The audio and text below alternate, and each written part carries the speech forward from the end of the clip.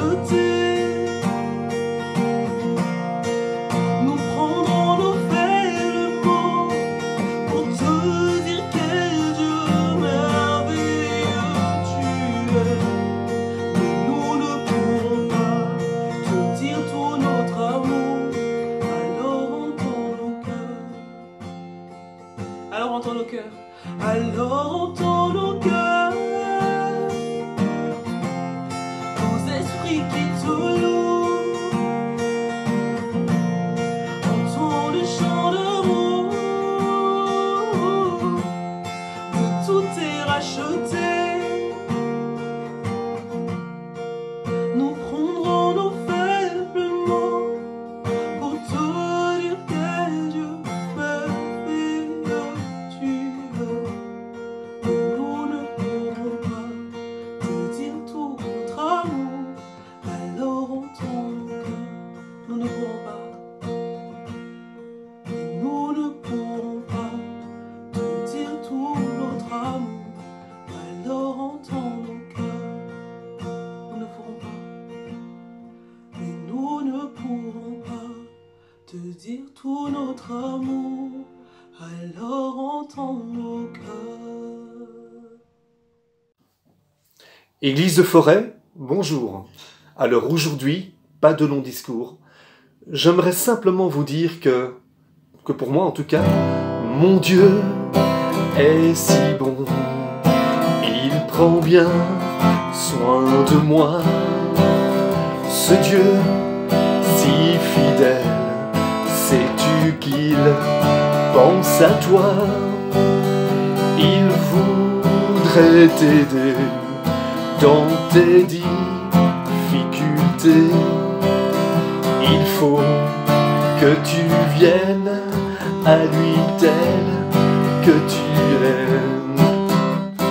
Dieu sait si bien ce qui te semble lourd, qui te fait mal, te trouble chaque jour. Il connaît tes besoins, ta peur du lendemain. Avec mon Dieu, tu sais, tout ira bien. Il vit à jamais, c'est un Dieu tout-puissant. Il te dira, viens à lui simplement. Quand tout semble noir, triste et désespéré, sais-tu que là-haut tu n'es pas oublié? Dieu sait si bien ce qui te semble lourd, qui te fait mal, te trouble chaque jour. Il connaît tes besoins, ta peur du lendemain. Avec mon Dieu, tu sais, tout ira bien. Mon Dieu t'aidera, il conduira tes pas. Si tu veux marcher, te plier à sa loi, alors ne crains plus, tu peux compter sur lui. Il accomplira tout ce qu'il a promis. Dieu sait si bien ce qui te semble lourd, qui te fait mal et te trouble chaque jour.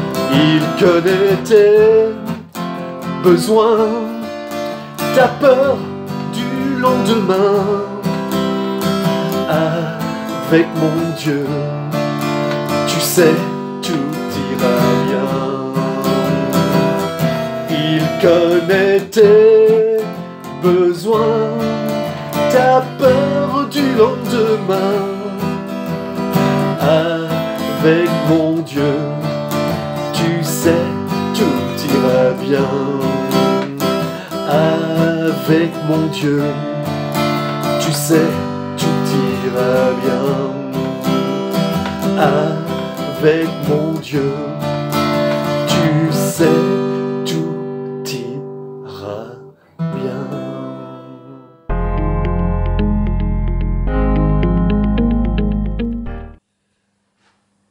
Poursuivons notre cheminement avec Joseph. Joseph, c'est vraiment un personnage qui nous enseigne beaucoup. Parce que, en plus de ces épreuves, de ces difficultés, on voit vraiment les réactions d'un croyant, et les réactions qu'un croyant doit avoir dans pareilles circonstances, et des réactions qu'il ne doit pas avoir non plus. Et je crois qu'il y a un enseignement très riche, complet pour chacun d'entre nous. Dans le livre de la Genèse, nous revenons au chapitre 37 et nous lisons au verset 35 pour faire un lien avec la suite. Genèse 37, verset 35. Donc, les enfants de Jacob viennent d'annoncer la soi-disant mort de Joseph. Tous ses fils et toutes ses filles vinrent pour le consoler, mais il ne voulut recevoir aucune consolation. Il disait, c'est en pleurant que je descendrai vers mon fils au séjour des morts, et il pleurait son fils. Les Madianites le vendirent en Égypte à Potiphar, officier de Pharaon, chef des gardes. En ce temps-là, Judas s'éloigna de ses frères et se retira vers un homme d'Adulam nommé Hira. Là, Judas vit la fille d'un Cananéen nommé Shua, et la prit pour femme, et alla vers elle. Elle devint enceinte, et enfanta un fils qu'elle appela Er. Elle devint encore enceinte, et enfanta un fils qu'elle appela Onan. Elle enfanta de nouveau un fils qu'elle appela Shéla. Judas était à Tsib. Quand elle l'enfanta, Judas prit pour Er son premier-né une femme nommée Tamar. Er, premier-né de Judas, était méchant aux yeux de l'Éternel, et l'Éternel le fit mourir. Alors Judas dit à Onan, va vers la femme de ton frère, etc., etc. Alors, sans aucun ménagement, les frères de Joseph vont annoncer sa mort à leur père Jacob. Et quand on dit sans ménagement, c'est le moins qu'on puisse dire. Alors, comme nous avons dit à l'égard de Joseph, même si Jacob a fait des erreurs assez lourdes, ils vont vouloir lui faire payer, mais ces erreurs ne méritaient pas un tel traitement, ça ne méritait pas ça. Cela prouve que dans le cœur des frères de Joseph, il n'y avait plus ou si peu d'amour qui fait que ils vont être intraitables, ils vont le faire payer, ils vont vouloir vraiment lui faire mal. Ils ne vont pas lui pardonner du tout, bien au contraire, ils vont vouloir le faire souffrir au maximum. J'aimerais que nous puissions ouvrir une parenthèse et tirer leçon de cela, parce que je crois que nous avons toujours besoin que le Seigneur nous rappelle comment lui, il agit, et comment il nous demande d'agir. Vous vous rappelez certainement que Job avait des amis. On ne peut pas dire que la compassion et la miséricorde étaient le domaine qu'il dominait le plus. On a même l'impression que c'était plutôt le contraire. Mais Job va leur rappeler ceci.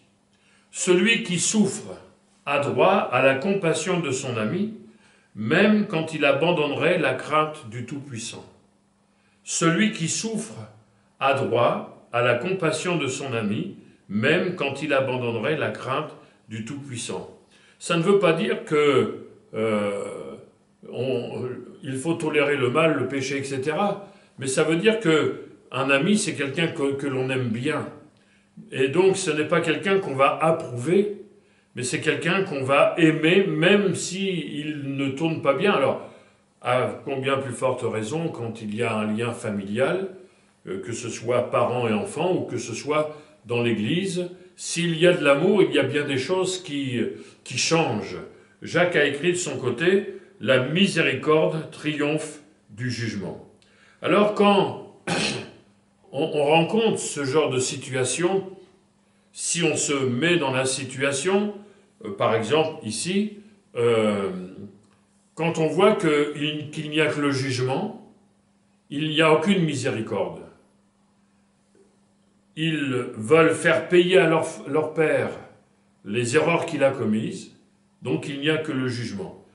Et la loi parle de cette manière-là, car si nous brandissons uniquement le jugement lorsqu'il y a eu faute, il n'y a aucun espoir. L'Épître aux Hébreux dit ceci, Hébreux chapitre 10 verset 28, Hébreux chapitre 10 verset 28, « Celui qui a violé la loi de Moïse meurt sans miséricorde sur la déposition de 2 ou de 3 témoins. » Donc, quand il n'y a pas de miséricorde, de compassion, d'amour, le jugement est définitif. Le salaire du péché, c'est la mort. S'il n'y a que le jugement, c'est comme ça. Par contre, si nous agissons avec amour, si nous brandissons aussi l'amour, nous allons pouvoir offrir à la personne qui a commis une erreur, un péché, une faute, etc., l'occasion de se relever, de revenir. Et frères et sœurs, j'aimerais rappeler ce que j'ai dit mardi soir, mais semble-t-il, tout le monde n'était pas là mardi soir. Je pense que tout le monde n'était pas là. Alors, je le rappelle pour ceux qui étaient là, et ceux qui n'étaient pas là et qui sont là ce soir vont pouvoir l'entendre. Quand Dieu pardonne, il le fait à 2 titres. Selon le psaume 103 et bien d'autres textes, Dieu pardonne en tant que Dieu, et Dieu pardonne en tant que Père. Je m'explique. En tant que Dieu, on est obligé, puisqu'il y a une loi, il y a la loi de Moïse, on est obligé d'employer des termes juridiques. Parce que Dieu est saint, et il y a des choses qui ne changeront jamais en raison de sa nature, en raison de sa personne. Dieu est saint et il est juste. Le péché reste le péché. Petit ou grand, devant Dieu, le péché reste le péché. Et donc, le péché ne passera jamais. Il ne sera jamais accepté. C'est pour ça qu'il y a eu le jugement de la croix. Dieu n'a pas seulement donné son Fils par amour, mais il a exigé qu'il y ait réparation parce que sa création, sa créature ont été souillées par le péché. Et il fallait qu'il y ait réparation. Sur la terre, la Bible dit dans le psaume 47, sauf erreur, ou 49, il faudra vérifier, que le salut n'aura jamais lieu. Il est trop cher, trop élevé. Donc, c'est pas possible que nous payions à Dieu le prix de notre rachat. Alors Dieu donne son Fils, il pourvoit au sacrifice, puisqu'il faut que la mort sanctionne le péché. Il faut que le péché soit condamné, anéanti par la mort et par le sang. Et donc Dieu pourvoit à l'agneau et il donne son Fils pour satisfaire sa sainteté. Et parce qu'il fallait que la justice et la sainteté de Dieu soient satisfaites, Dieu va donner celui qui va pouvoir payer le prix pour nous racheter. Donc ça, je vais dire, en tant que Dieu, et on emploie un langage juridique, il y a eu un jugement, il y a eu condamnation, mais c'est Jésus qui a porté ce jugement et cette condamnation à la croix du Calvaire. Et puis, Dieu pardonne en tant que Père. Et si la croix, c'est déjà un acte de justice, c'est bien sûr aussi l'acte d'amour de notre Père. Dieu pardonne en tant que Dieu, mais Dieu pardonne parce qu'il tient à nous aussi. C'est pas simplement tu es pardonné parce que j'ai accompli un acte de justice, maintenant ça y est, l'affaire est faite, on est quitte. Non. C'est aussi parce que Dieu tient à nous. ça a été vraiment les deux forces qui ont agi. Le Dieu saint avait besoin que réparation soit faite, parce que sa création ont été souillées. Mais Dieu voulait aussi ne pas nous perdre. Et il nous a aimés d'un amour éternel, et la croix est cette raison-là aussi, parce que le Seigneur tient à nous. Et je crois, frères et sœurs, que d'une manière générale, là est résumé aussi comment nous devons conduire notre vie, en étant conscients que Dieu est Dieu, mais que Dieu est notre Père. Parce que Dieu est saint, nous devons mener une vie sainte, comme dit Pierre dans sa première épître au chapitre 1er, verset 15, puisque vous invoquez comme Père celui qui est saint, eh bien vous aussi soyez saints dans toute votre conduite. Et là on retrouve encore le Père et le Dieu saint. Et puis notre vie chrétienne doit être aussi motivée par l'amour, convaincu que Dieu nous aime comme un Père parce qu'il est notre Père et que nous devons l'aimer comme étant ses enfants qui l'aiment et qui veulent lui être agréables. Jacques dit encore ceci, que Dieu est plein de miséricorde dans son épître au chapitre 5 et au verset 11. Il est plein, il est rempli de compassion et de miséricorde. Et frères et sœurs, dans nos problèmes, contrairement aux enfants de Jacob, frère de Joseph, n'exerçons pas uniquement le jugement, mais exerçons aussi l'amour, comme Paul l'a dit aux Colossiens, c'est ce qui doit être notre nouvelle nature. Ainsi donc, comme des élus de Dieu, nous sommes des élus de Dieu, saints et bien-aimés. Et on retrouve encore saints et bien-aimés. C'est inséparable, saints et bien-aimés. On n'est pas simplement saints, on s'aime bien aussi, mais on ne s'aime pas bien seulement, mais on est saints aussi. Donc, il n'y a pas de rivalité entre les deux. Il n'y a pas à dire, moi, j'aime plus que je suis saint ou je suis plus saint que j'aime. C'est l'équilibre des deux, c'est le mélange des deux qui amène une vie savoureuse, exaltante et qui doit donner envie. Donc il est dit, revêtez-vous, ce soit votre nouvelle nature, votre nouveau vêtement, revêtez-vous d'entrailles de miséricorde, de bonté, d'humilité, de douceur, de patience, supportez-vous les uns les autres, et si l'un a sujet de se plaindre de l'autre, pardonnez-vous réciproquement de même que Christ vous a pardonné, pardonnez-vous aussi. Alors, revenons à Joseph et à l'attitude de Judas. Il nous est dit, dans les premiers versets du chapitre 38, que Judas s'est séparé de ses frères. Il s'éloigna de ses frères et se retira vers un homme d'Adulam nommé Hira. Alors, on ne sait pas trop, auparavant, quels avaient été les contacts, les rapports entre Judas et Hira. Peut-être que le nom d'Hira l'avait attiré, ce nom signifie splendeur, noblesse. Alors si on peut comprendre que Judas ait désapprouvé l'attitude de ses frères, on se rappelle qu'avec Ruben, ils avaient tous les deux intercédé pour sauver la tête, la peau de Joseph, et ça avait été une chose extraordinaire. Mais si on peut comprendre qu'il désapprouve, on ne peut pas comprendre qu'il ait fait le choix de se retourner vers Hira et d'abandonner ses frères et ses sœurs. En tout cas, certainement pour un temps. On ne comprend pas trop ça. Et d'ailleurs, si vous lisez le texte par la suite, nous verrons ensemble que ça a compliqué sa vie, puisque il va y avoir l'affaire de Tamar, il va y avoir l'affaire de Er, etc. Donc il va se retrouver dans une situation très compliquée, parce qu'il n'a pas trouvé ses frères et sœurs formidables. Et je crois, frères et sœurs, que lorsqu'on se détourne de l'Église, parce que les chrétiens ne sont pas parfaits, quand on s'éloigne des frères et sœurs, et on en vient même à dire peut-être que les inconvertis sont mieux que les frères et sœurs, qu'il y ait dans le monde non-croyant des gens valables, des gens avec une moralité exemplaire, il n'y a pas de problème. Mais ça ne doit pas remplacer la famille. La famille de Dieu, ce n'est pas une famille parfaite. Ça ne veut pas dire qu'on accepte tout, mais on a reçu, comme on vient de le dire, on a reçu des directives. Si l'un a sujet de se plaindre, mais pardonnez-vous, faut pas vous bouder, faut pas se retirer, se mettre de côté, faut pas avoir un esprit de supériorité, parce que quand on juge l'autre seulement, si on est juste juge, ça veut dire qu'on prend la place de Dieu quelque part.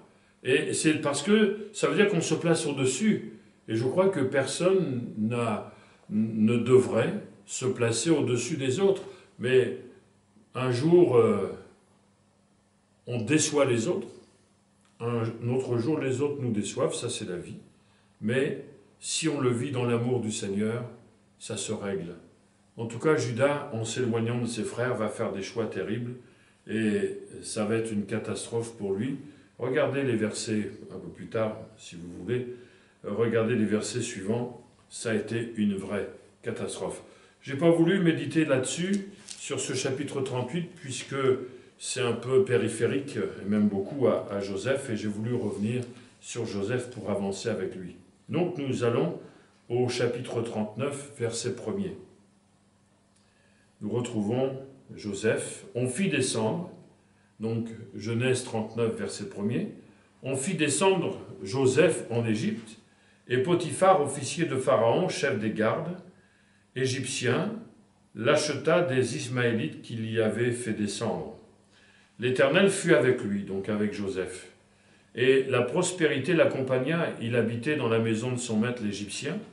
Son maître vit que l'Éternel était avec lui, et que l'Éternel faisait prospérer entre ses mains tout ce qu'il entreprenait. Joseph trouva grâce aux yeux de son maître, qui l'employa à son service, l'établit sur sa maison et lui confia tout ce qu'il possédait. Dès que Potiphar lui établit sur sa maison et sur tout ce qu'il possédait, l'Éternel bénit la maison de l'Égyptien à cause de Joseph. Et la bénédiction de l'Éternel fut sur tout ce qui lui appartenait, soit à la maison, soit au champ. Il abandonna aux mains de Joseph tout ce qui lui appartenait, et il n'avait avec lui d'autre soin que celui de prendre sa nourriture. Or, Joseph était beau de taille et beau de figure. Donc, avec ce chapitre 39, on s'aperçoit que Potiphar, au début, achète un esclave. Ça fait la deuxième fois que Joseph se fait vendre. Et il nous est dit que Potiphar, en tout cas l'histoire nous apprend, qu'en plus d'être officier de Pharaon, chef des gardes, il était aussi chef des bourreaux. Donc on ne peut pas dire que la situation de Joseph s'arrange. On ne peut pas dire que ce sont de bonnes nouvelles à son égard. Mais ce qu'on s'aperçoit, c'est que si les circonstances, dans un premier temps, ne s'améliorent pas, si ça ne va pas dans les circonstances, on remarque que dans le cœur de Joseph, ça va bien. Et ça, c'est quelque chose d'important. On va certainement en parler dimanche. Je vous donnerai quelques détails par rapport à la réunion que l'on prévoit pour dimanche. Il va y avoir des changements. Bon, c'est entre guillemets parce que on est aussi dépendant de certains aléas. Donc parfois, je peux annoncer des choses qu'on ne peut pas faire. C'est pas que j'ai changé d'avis, mais c'est que ça n'a pas pu se faire. Je referme la parenthèse. Mais on reviendra sur ce fait que il y a forcément une différence entre ce que l'on vit dans les circonstances et ce qu'on vit dans son cœur. On a souvent parlé de Paul et de Silas. S'il y a un exemple dans la parole de Dieu, mis à part celui de Jésus, il nous est dit que, en vue de la joie qui lui était réservée, il a souffert la croix. Les circonstances, c'était la croix, mais dans son cœur, il y avait une joie qui l'attendait et qu'il connaissait, la joie de retrouver son Père, la joie de satisfaire son Père, la joie d'offrir le salut. Il a souffert la croix, les circonstances, c'est la croix, et les circonstances dans le cœur, c'était la joie. Paul et Silas, les circonstances, c'est qu'ils étaient malmenés, jetés, ils ont été fouettés, menottés par le geôlier de la prison, mais ils chantaient les louanges du Seigneur, ils priaient, ils chantaient, c'était quelque chose d'extraordinaire. Et pour Joseph, on a vraiment le sentiment que c'est la même chose. Les circonstances ne veulent pas toujours dire ce que l'on peut penser dans un premier temps. Combien de fois j'ai pu entendre « Ah frère, vous savez, je ne sais pas ce que j'ai pu faire dans ma vie pour mériter ce que je vis. » Les circonstances, les épreuves, ce n'est pas égal péché, iniquité, désobéissance, non. La Bible dit, et ça doit encore nous éclairer, que si Dieu nous traitait selon nos péchés, qui pourrait subsister? Si Dieu vraiment nous traitait selon ce qu'on mérite, personne ne pourrait subsister. Non, mais ici nous savons que Dieu prépare son serviteur. Et Dieu prépare toujours ses serviteurs et ses servantes. Dieu prépare toujours ceux qu'il veut utiliser. Et si nous sommes éprouvés particulièrement, nous le sommes tous par ce confinement, mais peut-être qu'à ce confinement s'est ajouté certaines choses. Et il est vrai que le confinement n'arrête pas les autres épreuves. Nous pensons à nos bien-aimés qui aujourd'hui encore ont perdu quelqu'un de très cher et ça n'avait rien à voir visiblement avec le confinement. La vie ne s'arrête pas et les épreuves non plus, mais on sait que notre vie entre les mains du Seigneur est une vie précieuse, est une vie que Dieu veut mener à bien et que Dieu veut utiliser pour sa gloire. Quand on regarde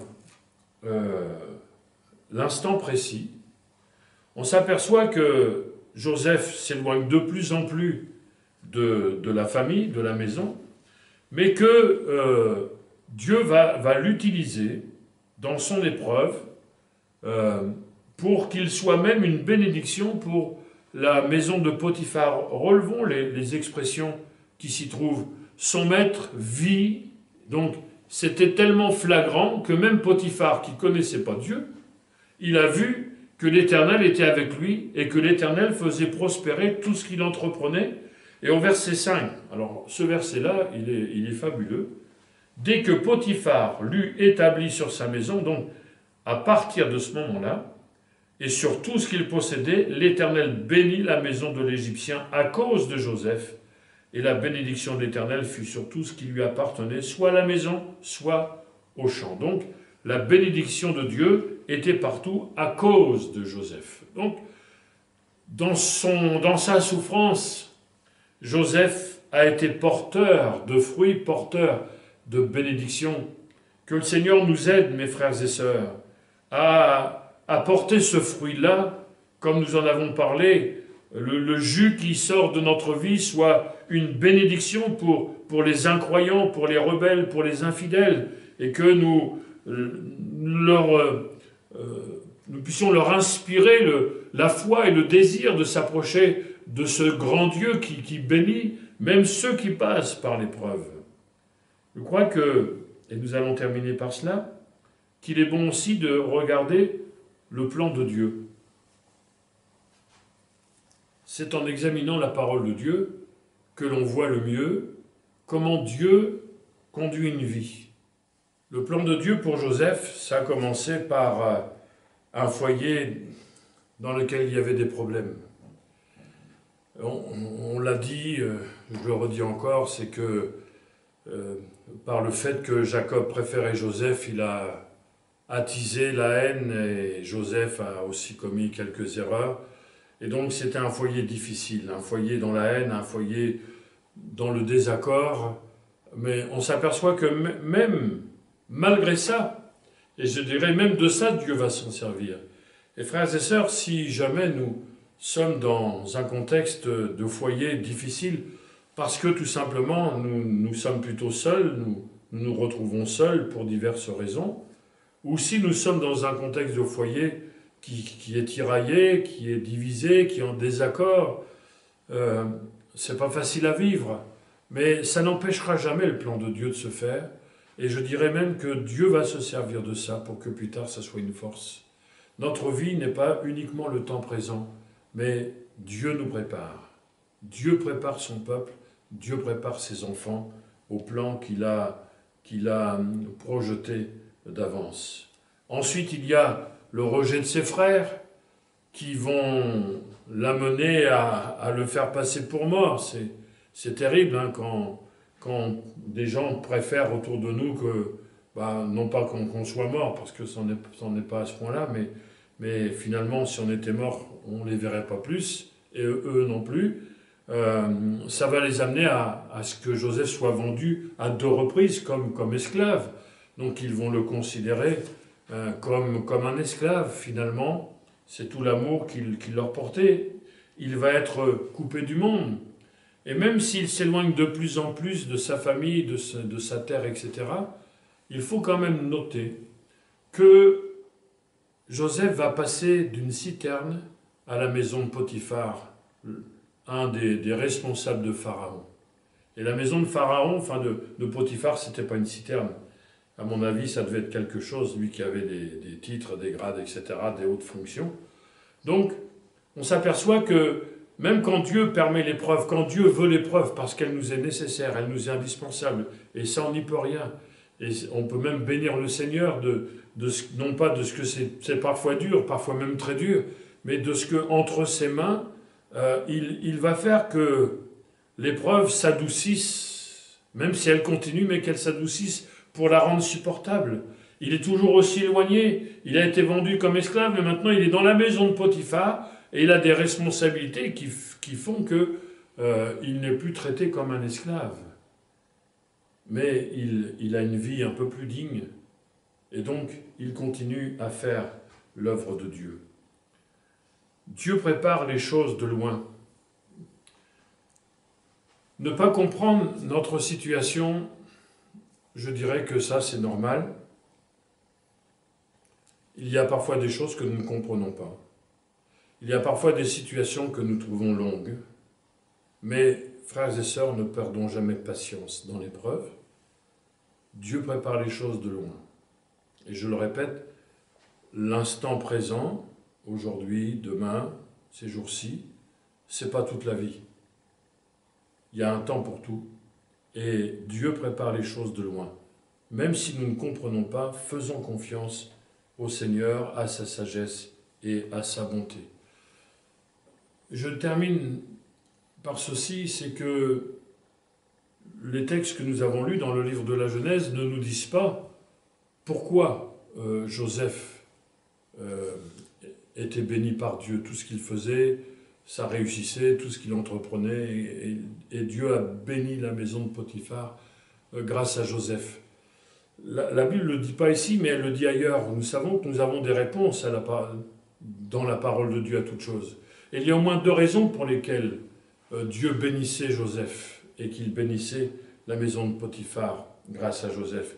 La première raison, nous l'avons dans le psaume 1er, verset 1er, où il nous est parlé de l'obéissance à la parole de Dieu.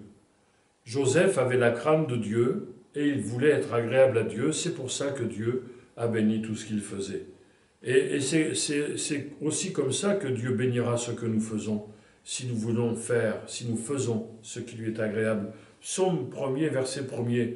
Heureux l'homme qui ne marche pas selon le conseil des méchants, qui ne s'arrête pas sur la voie des pécheurs, et qui ne s'assied pas en compagnie des moqueurs, mais qui trouve son plaisir dans la loi de l'Éternel et qui la médite jour et nuit. Il est comme un arbre planté près d'un courant d'eau qui donne son fruit en sa saison, et dont le feuillage ne se flétrit pas. Tout ce qu'il fait lui réussit. Tout ce qu'il fait lui réussit. Donc, l'obéissance à la parole de Dieu, c'est pour nous une certitude que Dieu va bénir tout ce que nous faisons, même dans le cadre d'une épreuve de circonstances difficiles. La deuxième raison, nous l'avons dans le livre du prophète Jérémie, Jérémie chapitre 17, verset 7. Jérémie chapitre 17, verset 7. Béni soit l'homme qui se confie dans l'Éternel, et dont l'Éternel est l'espérance. Il est comme un arbre planté près des eaux, et qui étend ses racines vers le courant, il n'aperçoit point la chaleur quand elle vient, et son feuillage reste vert. Dans l'année de la sécheresse, il n'a point de crainte, et il ne cesse de porter du fruit. Même dans l'année de la sécheresse, il ne cesse de porter du fruit, parce que celui qui croit en Dieu, c'est quelqu'un qui est désaltéré qui est confiant, dont le cœur est en paix, et qui, même dans les circonstances difficiles, continue à faire confiance au Seigneur, à vivre pour Dieu, et Dieu le bénit, parce qu'il obéit et parce qu'il croit au Seigneur. Alors que Dieu nous y aide. La parole de Dieu, c'est une boussole. Quand on ne sait plus où on en est, quand on ne sait plus comment se diriger, laissons la parole de Dieu nous guider. On n'a pas besoin d'aller chercher, de compliquer la vie. Elle est assez compliquée comme ça. Dieu nous a laissé sa parole et qui nous éclaire encore ce soir et qui nous aide à avancer entre les mains du Seigneur. Faisons-lui confiance de tout notre cœur. Nous ne serons jamais déçus. Seigneur, bénis-nous ensemble. Accorde-nous ta grâce, que ta parole soit forte en nous, quel est le dernier mot, et qu'ainsi nous puissions vraiment vivre selon les paroles qui sortent de ta bouche, pour que notre vie soit éclairée, pour que notre vie en soit bénie. Bénis chacun en particulier, s'il te plaît, et que des victoires encore soient remportées dans nos vies et dans l'Église, au nom de Jésus. Amen. Amen. Avant un dernier chant, nous prévoyons un programme un peu différent. Ça reste un culte, mais son déroulement, sa présentation seront différents. Donc, j'en dis pas plus parce que on prévoit parfois des choses et puis, non pas que je change d'avis, mais parce que parfois c'est pas réalisable et où un événement s'est produit et ça n'a pas pu se faire. Donc, j'en dis pas plus, on y travaille. On espère vous présenter ça pour dimanche. En attendant, prenez soin de vous, que le Seigneur vous bénisse et à très bientôt. Encore un instant de louange, bien sûr. Au revoir.